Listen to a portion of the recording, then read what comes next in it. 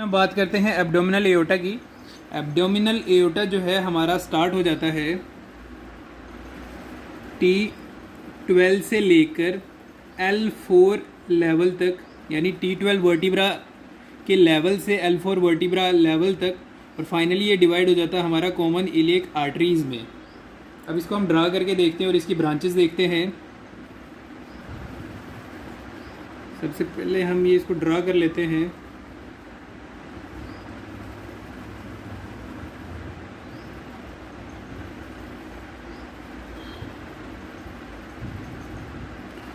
इसकी कुछ ब्रांचेस जो हैं कुछ डोर्सल साइड से निकलती हैं, कुछ वेंट्रल और कुछ लेटरल साइड से। सबसे पहले हम बात करते हैं वेंट्रल साइड की ब्रांचेस। वेंट्रल साइड की सबसे पहली जो ब्रांच अराइज होती है उसे हम कहते हैं सिलियक ट्रंक। सबसे पहली जो ब्रांच है इसे हम कहते हैं सिलियक ट्रंक। सिलियक ट्रंक जो है ये हमारा लोअर बॉर्डर ऑफ T12 से अराइज होता है, at the lower border of T12। And जो दूसरी ब्रांच अराइज होती है वो भी वेंट्रल ब्रांच है, उसे हम कहते हैं सुपीरियर मिजेंट्रिक आर्टरी। जो सेकंड है ये भी वेंट्रल ब्रांच है, इसे हम कहते हैं सुपीरियर मिजेंट्रिक आर्टरी। और ये जो है हमारी ये अराइज होती है लोअर लेवल ऑफ L1 पे, L1 के लोअर बॉर्डर पे। और उसके बाद एक और जो हमारी वेंट्रल ब्रांच होती है जिसे हम कहते हैं इंफीरियर मिजेंट्रिक आर्टरी। और इंफीरियर मिजेंट्रिक आर्टरी जो है वो अराइज होती है हमारी eight body of L3 vertebra पे, L3 वर्टिब्रा के बॉडी पर। ये होगी हमारी inferior mesenteric artery, superior mesenteric और सिलियक ट्रंक। ये जो है हमारी ये होगी हमारी वेंट्रल ब्रांचेस। ये जो तीनों ब्रांचेस हैं हमारी ये होती हैं हमारी ventral branches.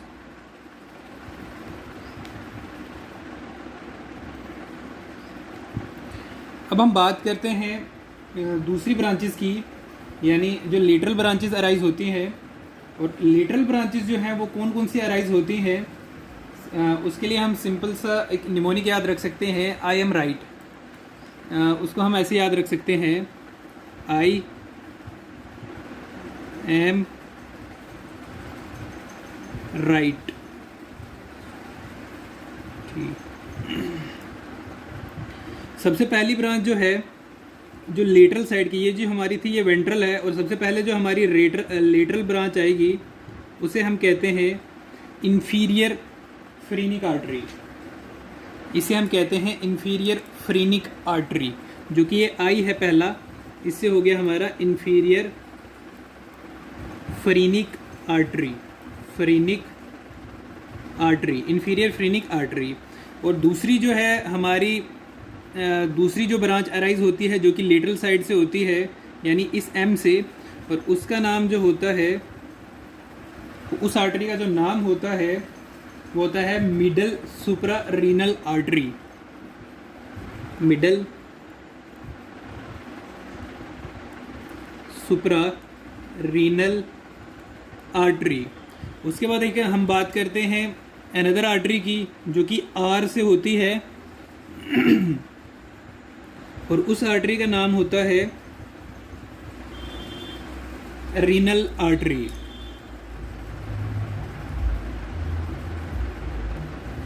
Renal artery.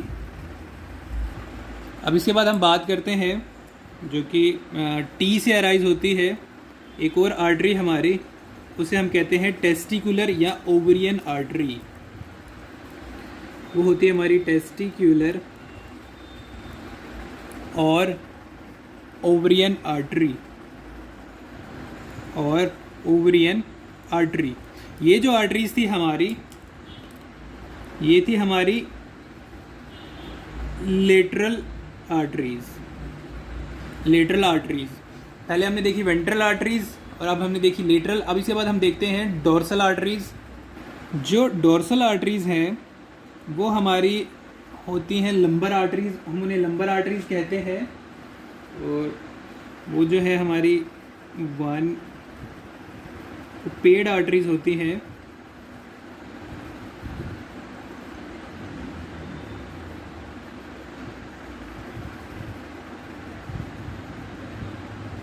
Four paid of dorsal arteries यानी लंबर आर्टरी, ये जो है ये फोर पेड होती है, फोर आर्टरीज़ होती है,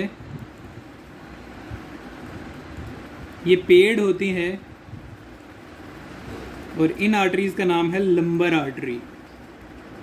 लंबर आर्टरी यानी लंबर आर्टरीज़ जो है हमारी पेड आर्टरीज़ होती हैं और ये जो है फोर आर्टरीज़ होती हैं हमारी, जो अराइज होती हैं एब्डोमिनल एओर्टा से। जैसे आपने ये देखा था, ये रीनल आर्टरी, फ्रीनिक आर्टरी यहाँ इस साइड भी होंगी, बट ये जो है हमारी लेटरल आर्टरीज़ हैं, ये जो है ये हमारी डोर्सल आर्टरीज़ हैं, डोर्सल आर्टरीज़। अब हम बात करते हैं इसका टर्मिनेशन का। तो ये आर्टरी जो है फाइनली डिवाइड हो जाती है दो पार्ट्स में या दो ब्रांचेस में, और इन ब्रांचेस को हम कहते हैं common iliac artery. Common iliac artery, common iliac artery में जो है हमारा एब्डोमिनल एओर्टा फाइनली डिवाइड हो जाता है।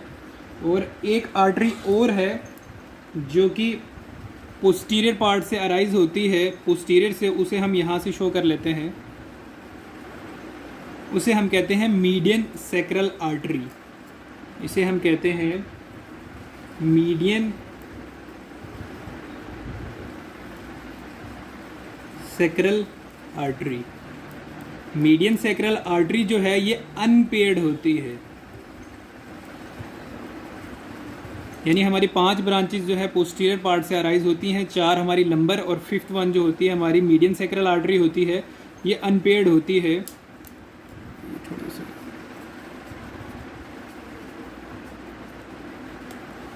ये था हमारा एब्डोमिनल एओर्टा और उसकी ब्रांचेस।